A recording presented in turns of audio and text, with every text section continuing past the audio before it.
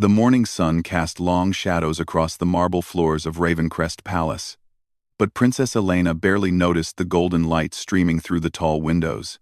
She stood in her private chambers, staring at the half-packed suitcase on her bed, her hands trembling as she folded another dress.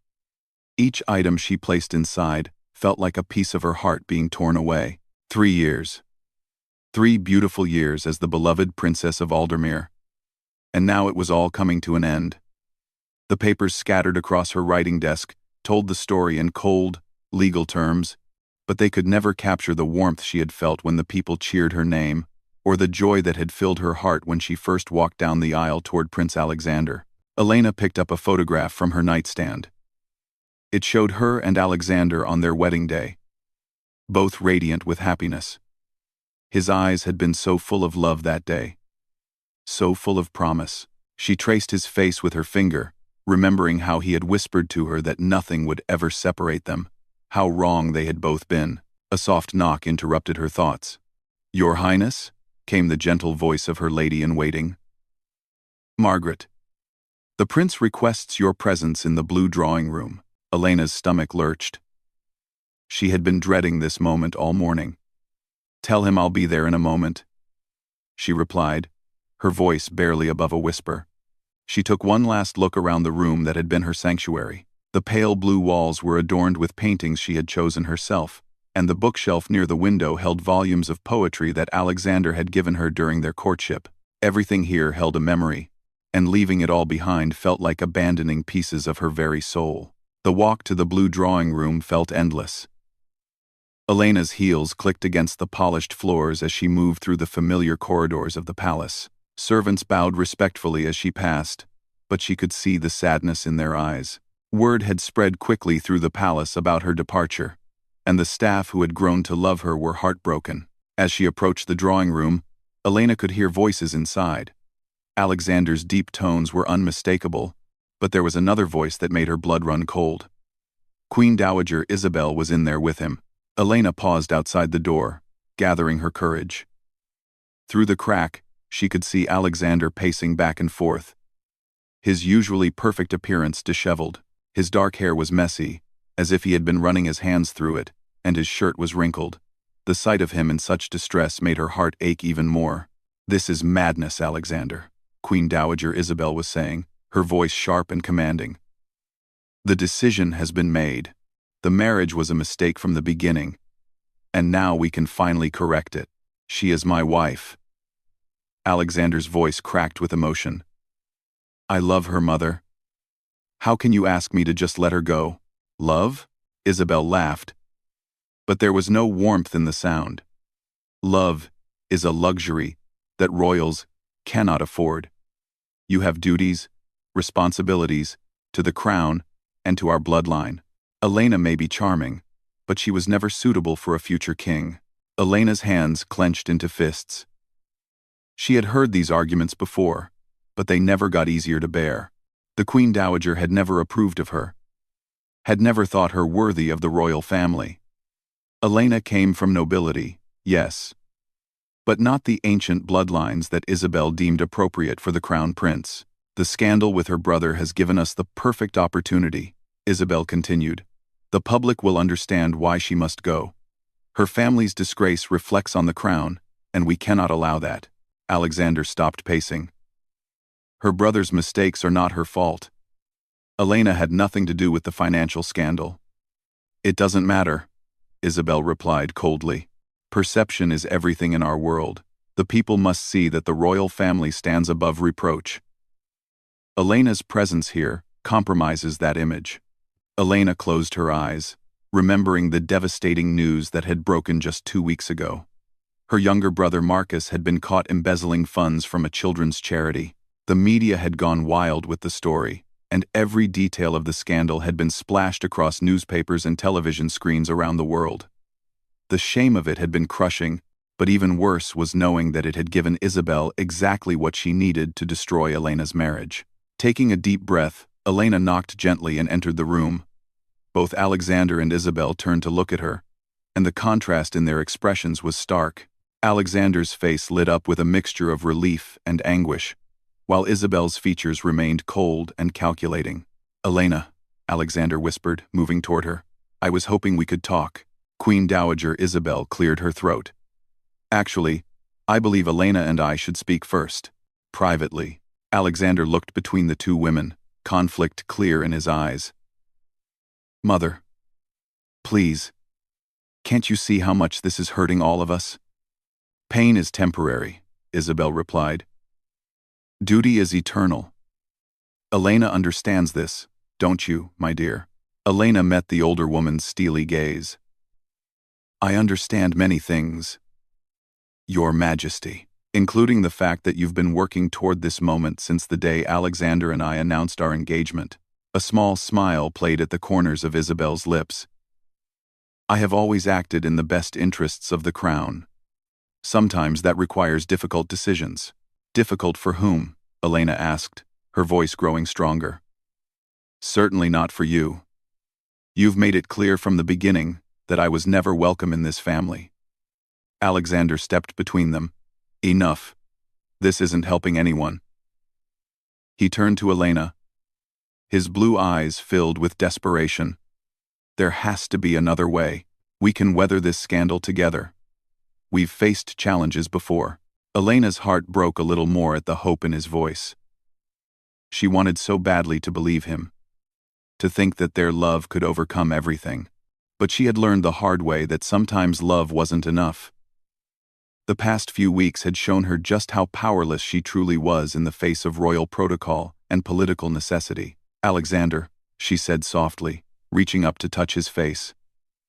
"You know as well as I do that this isn't just about my brother's mistakes. This is about what's best for the kingdom." "What's best for the kingdom is having you by my side," he insisted, catching her hand and holding it against his cheek. Queen Dowager Isabel made an impatient sound. "Sentiment will not solve the crisis facing us. The Parliament has already expressed their concerns about the royal family's reputation. The Prime Minister himself suggested that distance from the scandal would be wise."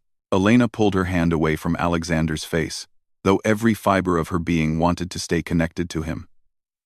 "The arrangements have been made. I'll be leaving for the countryside estate in Surrey this afternoon." "No," Alexander said firmly. "I won't let you go into exile like some kind of criminal. You've done nothing wrong. The decision isn't yours to make," Isabel interjected. "The king has already signed the decree. Elena's departure is a matter of state security." Alexander whirled to face his stepmother. "My father would never."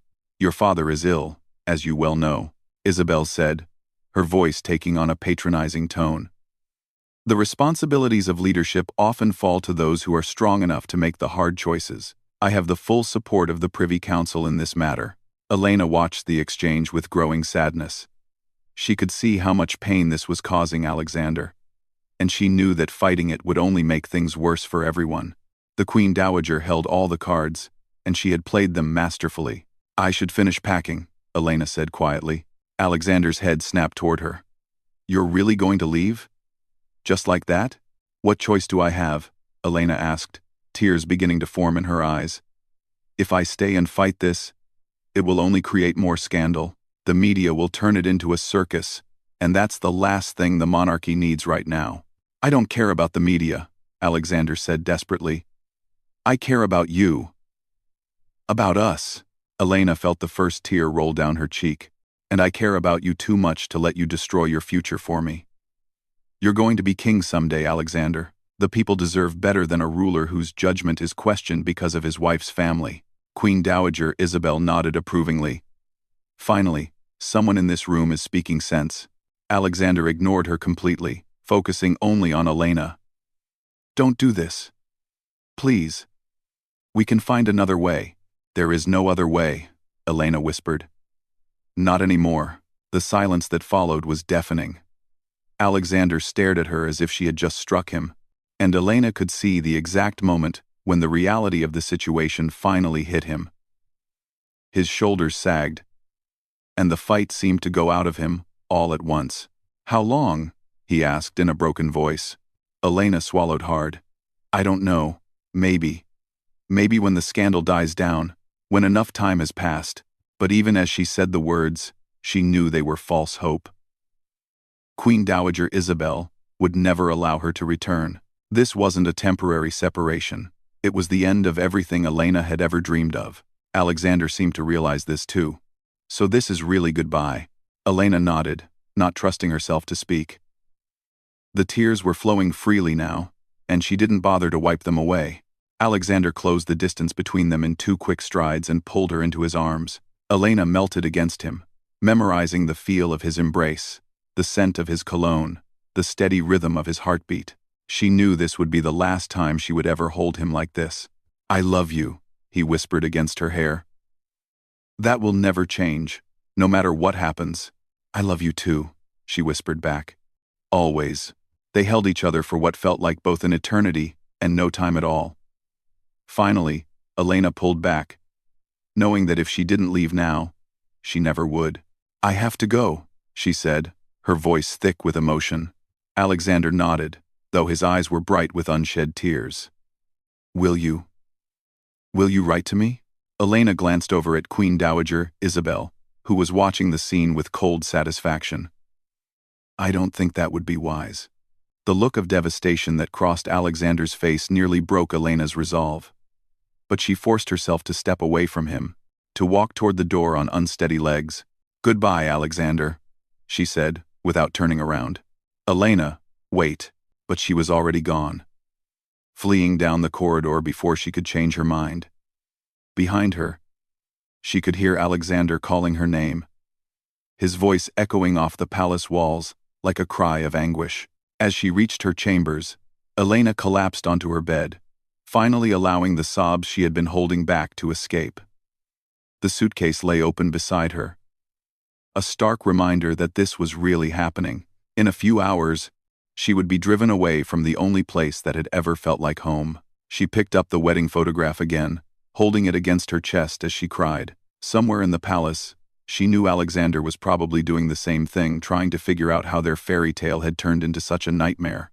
But Elena also knew that Queen Dowager Isabel was likely smiling, pleased that her long campaign to remove the unsuitable princess had finally succeeded. The older woman had won, and Elena had lost everything that mattered to her. The afternoon sun was beginning to fade when Margaret appeared in the doorway, her own eyes red from crying. "Your Highness, the car is ready." Elena nodded and stood up, smoothing her dress and wiping the last of her tears away. If she was going to leave this place, she would do it with whatever dignity she had left. As she picked up her suitcase, Elena took one final look around the room. Then she walked out, closing the door behind her on the life she had loved and lost. The black sedan disappeared down the long palace driveway, taking Princess Elena away forever. Prince Alexander stood at his office window, watching until the car became nothing more than a speck in the distance. His hands pressed against the glass so hard that his knuckles had turned white, and his breath fogged the window with each ragged exhale. Behind him, Queen Dowager Isabel adjusted her pearl necklace and smoothed her perfectly styled silver hair.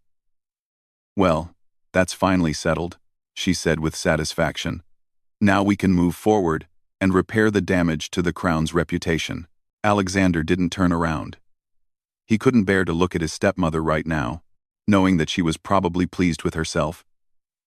"Get out," he said quietly. "I beg your pardon?" "I said get out." His voice was low and dangerous. "Leave my office. Now." "It's not me." Isabel's eyebrows rose. "Alexander, I understand you're upset, but there's no need for rudeness. We have important matters to discuss regarding your future." Finally, Alexander turned around, and the look in his eyes made Isabel take a step back. She had never seen him so angry, so completely devastated. His face was pale except for 2 bright spots of color on his cheeks, and his hands were shaking with barely controlled emotion. "My future?" he laughed bitterly. "You mean the future you've planned for me? The one where I marry some vapid aristocrat who meets with your approval? The one where I pretend that I didn't just lose the only woman I've ever loved?" "Love will come again," Isabel said, but her voice lacked its usual confidence. "You're young, handsome, and you're going to be king. Any number of suitable young women would be honored to—" "Stop," Alexander held up his hand. Just stop talking. I can't listen to any more of your scheming right now. Isabel's mouth compressed into a thin line. I did what was necessary for the good of the kingdom. Elena's family scandal would have destroyed us. Already, the press is calling for investigations into the royal family's finances. Do you want our reputation dragged through the mud because of her brother's crimes? Elena didn't commit any crimes, Alexander said through gritted teeth. She was innocent in all of this, and you know it. Innocence is irrelevant when it comes to public perception, Isabel replied coldly. The monarchy survives because the people believe we are above reproach. Elena's presence here compromised that belief. Alexander walked to his desk and sat down heavily in his chair. You've been planning this from the beginning, haven't you? You never intended to accept Elena as part of this family. Isabel moved closer, her heels clicking on the marble floor. I accepted her because your father and you insisted upon it. But I never stopped believing that it was a mistake. Elena was never royal material. She was too emotional, too common in her thinking. She was perfect, Alexander said softly. She understood the people in a way that we never could, because she came from them. She made the monarchy better. She made you weak, Isabel countered. I watched you change after you married her. You started questioning tradition, wanting to modernize everything. A king cannot be swayed by sentiment. Alexander, a king must be strong, decisive, unwavering. Alexander looked up at his stepmother with new clarity. Is that what you think strength is? Destroying the happiness of everyone around you to maintain some outdated idea of royal perfection? I think strength is putting duty before personal desires, Isabel replied. Something your father understood when he married me after your mother died. He didn't marry for love the second time he married for the stability of the kingdom. The mention of his mother hit Alexander like a physical blow. Don't you dare compare yourself to my mother. She would have loved Elena. She would have welcomed her with open arms. Your mother was a romantic, just like you, Isabel said dismissively. She died young, so she never had to learn the harder lessons of royal life. I've spent 20 years protecting this family's interests, making the difficult decisions that your father was too kind-hearted to make. Alexander stood up abruptly, his chair scraping against the floor. 20 years of manipulation, you mean? 20 years of meddling and scheming, and destroying anyone who didn't fit your vision of what the royal family should be. I've kept this family strong, Isabel said, her voice rising slightly. I've maintained our dignity and our power, while other monarchies crumble. The sacrifices I've made, the sacrifices I've required others to make, have all been for the greater good. Whose greater good? Alexander demanded. Certainly not Elena's, certainly not mine. The kingdom's good, Isabel snapped. The institution that will outlive all of us. Your personal happiness is insignificant compared to that legacy. Alexander stared at her for a long moment, seeing her clearly for perhaps the first time. You really believe that, don't you? You honestly think that destroying people's lives is justified if it serves your vision of royal duty? I think that understanding the difference between personal wants and royal needs is what separates a good monarch from a failure, Isabel replied. Elena never understood that difference. And neither, apparently, do you. Then maybe I'm not cut out to be king, Alexander said quietly. The words hung in the air like a thunderclap. Isabel's face went white, and for the first time in the conversation, she seemed genuinely shaken. Don't be ridiculous, she said finally. You are the heir to the throne. You don't have the luxury of walking away from your responsibilities. Don't I? Alexander asked. What would happen if I abdicated? My cousin James is next in line. He's always been more interested in royal protocol than I have. Maybe he'd be a better king. You cannot be serious, Isabel said, her voice barely above a whisper. Everything I've worked for, everything I've sacrificed, has been about maintaining your own power, Alexander finished. You're not the queen, Isabel. You never were. You're the queen dowager, which means your time of influence should have ended when my father stepped back from his duties. But you've been pulling strings behind the scenes, using his illness to maintain control. Isabel's mask of composure finally slipped completely. "How dare you speak to me that way? I am your stepmother. I raised you after your mother died. I taught you everything you know about being royal. You taught me about duty and tradition, and putting the crown before everything else," Alexander agreed. "But you never taught me about compassion, or love, or what it means to actually serve the people. Elena taught me those things." "Elena taught you weakness," Isabel spat. "No," Alexander said firmly. "Elena taught me strength, real strength. The kind that comes from caring about others more than yourself. The kind that makes a leader worth following." He walked toward the door, pausing only to look back at his stepmother. "I want you out of the palace by tomorrow morning. Go to your estate in Scotland. Stay there. You cannot exile me," Isabel said. But there was uncertainty in her voice now. "I'm not exiling you," Alexander replied. "I'm giving you a choice. Leave voluntarily, or I'll make public everything I know about your schemes over the years. How you manipulated father during his illness. How you forged his signature on documents. How you've been using royal funds for your personal projects." Isabel's face went gray. "You have no proof of any of that, don't I?" Alexander smiled grimly. "You taught me well, remember? I learned to keep careful records of everything. I have copies of documents, recorded conversations, financial records, enough to destroy you completely if I choose to use them." For the first time since he'd known her, Queen Dowager Isabel looked genuinely afraid. "What do you want?" "I want Elena back," Alexander said simply. "But since you've made that impossible, I want you gone. I want to rebuild this family's reputation the right way, through genuine service to the people, not through your cold calculations. The Privy Council will never stand for this," Isabel said desperately. "They support my decisions. They agreed that Elena had to go, and deport my decisions." "The Privy Council follows strength," Alexander replied. "When they see that I'm prepared to be a real leader, they'll follow me. And if they don't, I'll replace them with people who understand that the monarchy's job is to serve, not to rule through fear and manipulation." Isabel stared at him for a long moment, seeing something in his eyes that she had never seen before. This was not the malleable young prince she had been controlling for years. This was a man who had been pushed too far, and was finally pushing back. "Very well," she said finally, her voice cold with hatred. "I'll go to Scotland. But don't think this is over, Alexander. You'll regret this decision when you see how much you need me." "The only thing I regret is not seeing through you sooner," Alexander replied. After Isabel left, Alexander sank back into his chair and buried his face in his hands. The confrontation had been necessary, but it had drained what little energy he had left.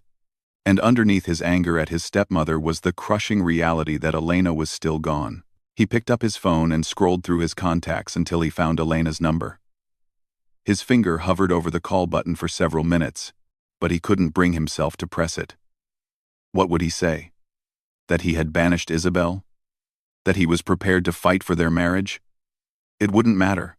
The damage had been done, and Elena was probably right that staying apart was better for everyone. Meanwhile, 200 miles away, Elena was arriving at Rosemont Estate, the isolated country house that would be her new home. The property had been in the royal family for generations, used primarily as a hunting lodge and retreat. It was beautiful in its way, with rolling green hills and ancient oak trees, but it felt like a prison to Elena.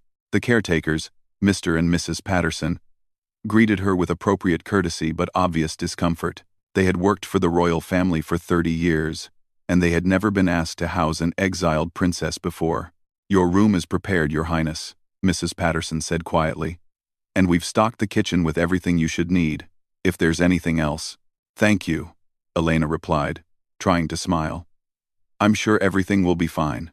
But as she carried her single suitcase up to the master bedroom, Elena felt anything but fine. The room was lovely, decorated in soft pastels with a view of the gardens, but it was empty of everything that had made her life meaningful. There were no photographs of Alexander, no mementos of their life together, no reminders of the happiness she had once known. She unpacked her few belongings, hanging her dresses in the vast closet that seemed to mock her with its emptiness. When she was finished, she sat on the edge of the bed and finally allowed herself to think about what had just happened. She was truly alone now, cut off from everything and everyone she loved. The media would eventually lose interest in her brother's scandal, but by then, it would be too late. Alexander would be expected to move on, to find a new wife who met with royal approval, and she would remain here in exile, a footnote in the history of a marriage that had once promised to change the monarchy forever. Elena walked to the window and looked out at the countryside. It was peaceful here, quiet in a way that the palace had never been. But the silence felt oppressive rather than soothing. She was used to being surrounded by people, by activity, by purpose. Here, she had nothing to do but think about everything she had lost. Her phone buzzed with a text message, and her heart leaped, hoping it was from Alexander, but it was from her lady-in-waiting Margaret. "Thinking of you, Your Highness. You are loved and missed." Elena smiled through her tears. At least some people would remember her kindly. She began to type a response, then stopped. What was the point? She couldn't ask Margaret to risk her position by maintaining contact with an exiled princess. It was better to make a clean break. As the sun set over Rosemont Estate, Elena sat in the garden and watched the sky turn from gold to purple to black. For the first time in 3 years, she was completely alone with her thoughts. And the silence was deafening. Back at the palace, Alexander was having his own sleepless night. He wandered the halls where he and Elena had walked together, seeing her ghost in every room. The blue drawing room, where they had said goodbye. The library where she used to read to him. The gardens where they had shared their first kiss. Everything reminded him of her, and everything reminded him of what he had lost. He found himself in the chapel where they had been married, staring at the altar where they had promised to love each other forever. The promise had been real, even if the forever had been cut tragically short. "I'll find a way," he whispered to the empty chapel. "Somehow, I'll find a way to bring you home." But even as he said the words, Alexander wondered if it was already too late. The damage to Elena's reputation, to their marriage, to the trust between them, could any of it really be repaired? Or had Queen Dowager Isabel finally succeeded in destroying everything he held dear? The night stretched on, full of questions that had no good answers, and hopes that might never be fulfilled. In 2 different places, 2 hearts that belonged together were learning to beat alone, wondering if they would ever find their way back to each other again. 6 months had passed since Princess Elena's departure from Ravencrest Palace, and autumn had painted the countryside around Rosemont Estate in brilliant shades of gold and crimson. Elena stood in her small garden, harvesting the last of the tomatoes she had planted in the spring. Dirt clung to her fingernails, and her hair was pulled back in a simple ponytail, a far cry from the elaborate styles she had worn as a princess. The physical work felt good. She had discovered that keeping her hands busy helped quiet the constant ache in her chest. In the months since her exile, Elena had learned to cook, to tend the garden, to find small pleasures in the simple routines of country life. But no matter how hard she tried to build a new existence for herself, she couldn't escape the loneliness that followed her everywhere. Mrs. Patterson approached from the house, carrying a tray of tea. The elderly caretaker had gradually warmed to Elena, though she still maintained the formal distance that years of royal service had ingrained in her. "Your Highness, you have a visitor," she said, setting the tray on the garden table. Elena's heart stopped. For one wild moment, she thought it might be Alexander, that he had finally come to bring her home. But when she looked toward the house, she saw a figure she didn't recognize, a young woman with auburn hair and a nervous expression. "Who is it?" Elena asked, wiping her hands on her gardening apron. "She says her name is Sarah Chen, and she's a journalist. She's been quite insistent about speaking with you." Elena's stomach dropped. The media had largely left her alone during her exile, respecting the palace's request for privacy. But she had always known that eventually, someone would track her down. "Tell her I'm not available for comment," Elena said firmly. "I tried, Your Highness. But she says she has information about Prince Alexander that she thinks you should know." Against her better judgment, Elena found herself curious. She hadn't heard anything about Alexander in months, having deliberately avoided all news about the royal family. It was too painful to read about him moving on with his life while she remained frozen in time. 5 minutes, Elena said finally. But I won't answer any questions about my personal life. Sarah Chen was waiting in the sitting room, clutching a digital recorder and looking slightly overwhelmed to be in the presence of the exiled princess. She was younger than Elena had expected, probably in her mid-20s, with intelligent eyes and an earnest demeanor. Your Highness, thank you for agreeing to see me, Sarah began nervously. I know this is highly unusual. You said you had information about my husband, Elena said, deliberately using the present tense. Despite everything that had happened, she had never stopped thinking of Alexander as her husband. Sarah nodded, pulling out a tablet and scrolling through what appeared to be news articles. There are things happening at the palace that I think you should know about. Things that the palace press office isn't releasing to the public. Elena maintained her composure, but her hands trembled slightly as she reached for her teacup. I'm listening. 3 months ago, Prince Alexander dismissed half of the Privy Council, Sarah began. He replaced them with younger advisors, people who are known for their progressive views on the monarchy. He's also launched several new initiatives focused on mental health awareness and support for families affected by financial crime. Elena's breath caught. Alexander was modernizing the institution, just as they had dreamed of doing together. That's not all, Sarah continued. Queen Dowager Isabel has been completely removed from all official duties. She's been living in exile in Scotland, and according to my sources, Prince Alexander has made it clear that she is no longer welcome at court. Elena set down her teacup with shaking hands. He banished Isabel? It appears so. There are rumors of a major confrontation between them shortly after your departure. Whatever happened, it was serious enough that the Queen Dowager has had no contact with the royal family since. Elena felt a mixture of shock and grim satisfaction.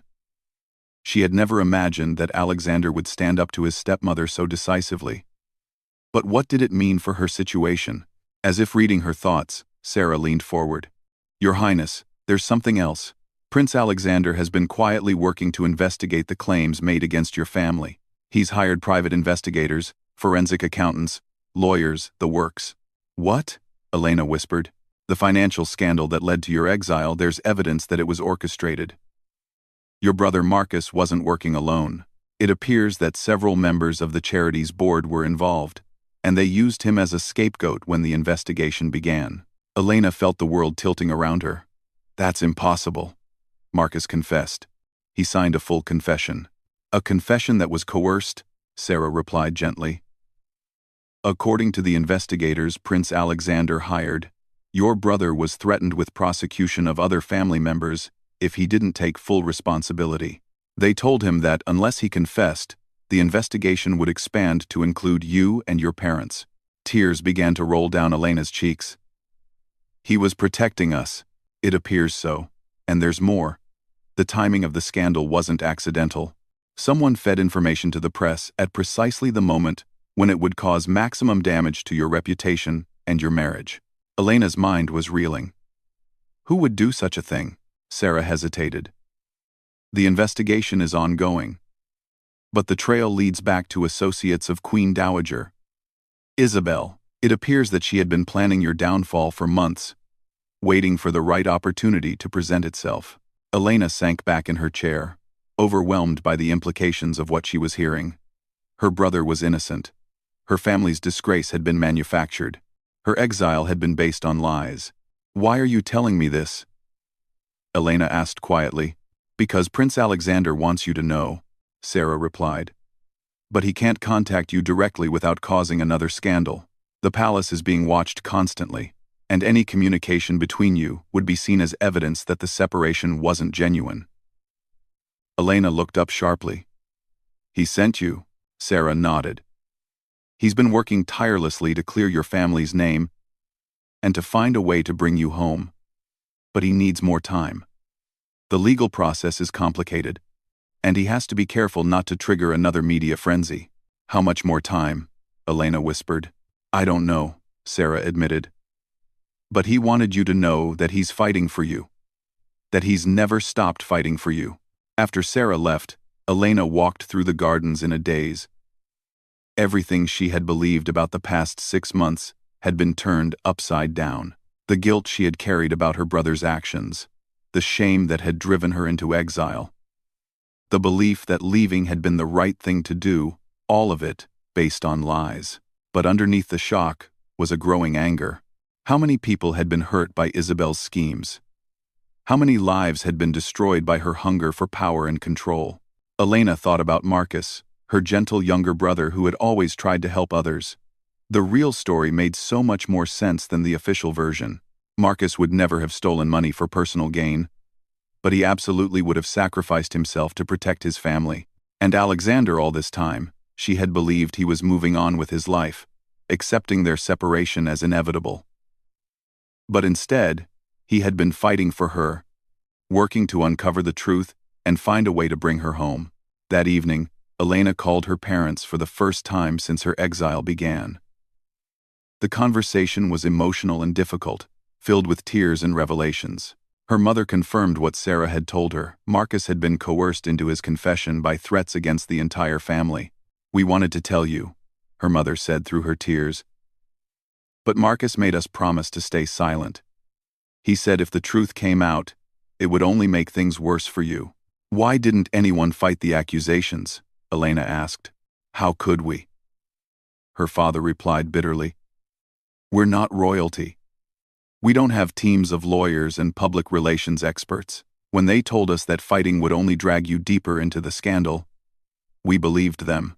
Elena closed her eyes, imagining the impossible position her family had been put in. They had been outmaneuvered at every turn, manipulated into silence by people who understood exactly how to use their love for each other against them. Meanwhile, at Ravencrest Palace, Alexander was having his own difficult conversation. He sat across from the Prime Minister in his private office, reviewing the latest findings from the investigation into Elena's family. "The evidence is solid," the Prime Minister said, shuffling through the documents spread across the desk. "Your wife's brother was clearly manipulated into taking responsibility for a crime he didn't commit. The real perpetrators used him as a convenient scapegoat."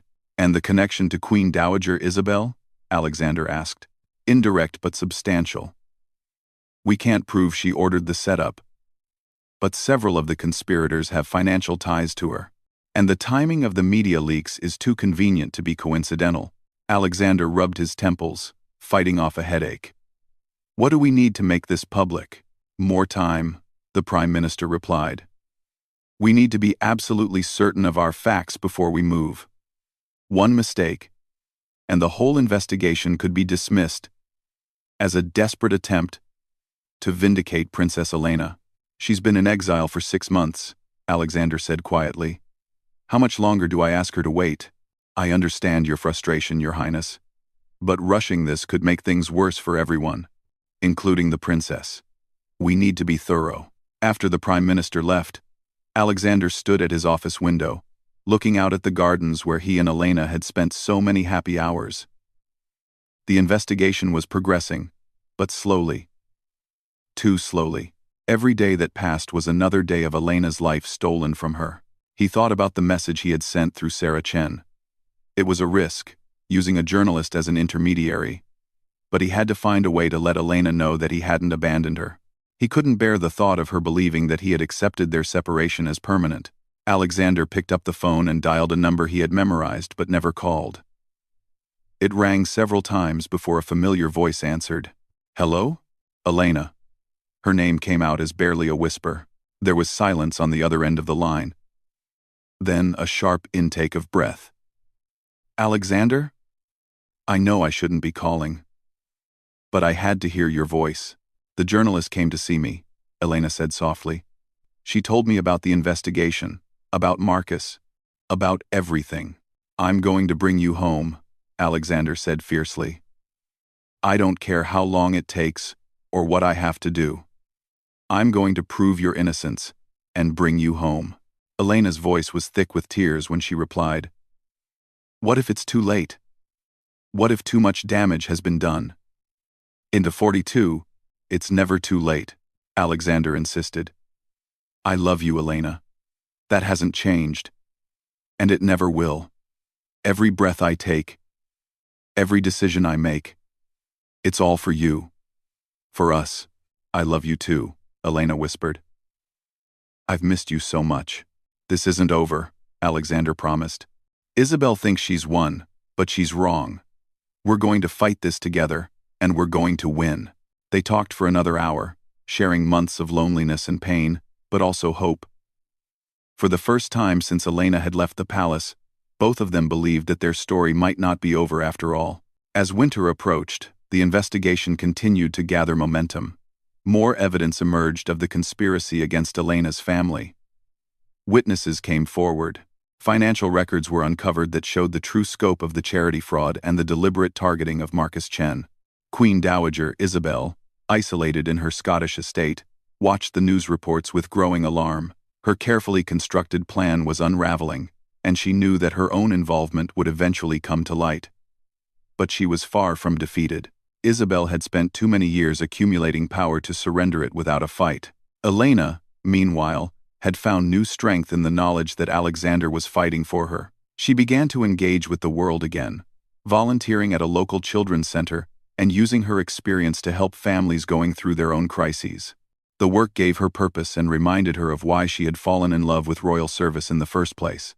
She still lived in exile, still waited for news of the investigation, still went to bed each night in an empty house that felt nothing like home. But now she waited with hope instead of despair, knowing that somewhere, the man she loved was moving heaven and earth to bring her back to where she belonged. The truth had a way of surfacing, no matter how deep it was buried. And when it finally came to light, Elena knew that their love would be stronger for having survived the test. They had been separated by lies, but they would be reunited by truth. The long road home was not over yet, but Elena could finally see the end of it. And at the end of that road, Alexander was waiting for her, just as he had promised he always would.